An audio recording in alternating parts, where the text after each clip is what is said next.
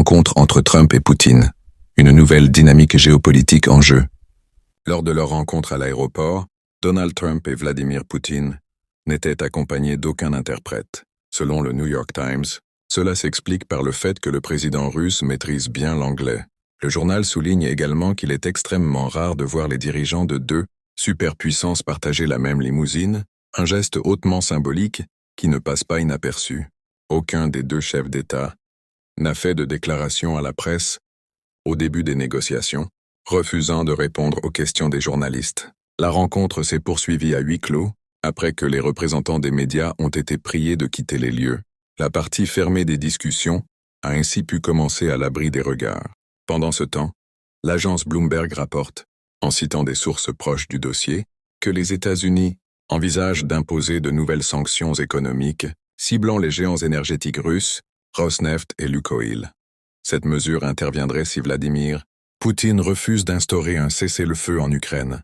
Le président américain avait déjà menacé Moscou de conséquences économiques sévères en cas de poursuite du conflit. À très vite. Alaska. Conférence de presse. Vladimir Poutine. Nos négociations ont été constructives.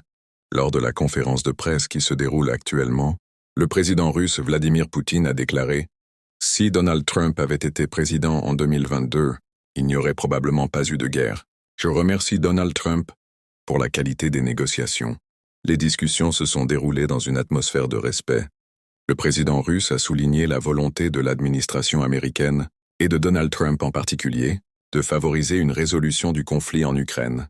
Il a également affirmé que la Russie est sincèrement engagée dans la recherche d'une solution pacifique. Poutine a rapporté avoir débuté la rencontre avec ces mots. « Bonjour, chers voisins, je suis heureux de vous voir en bonne santé. » Sécurité de l'Ukraine et relations bilatérales.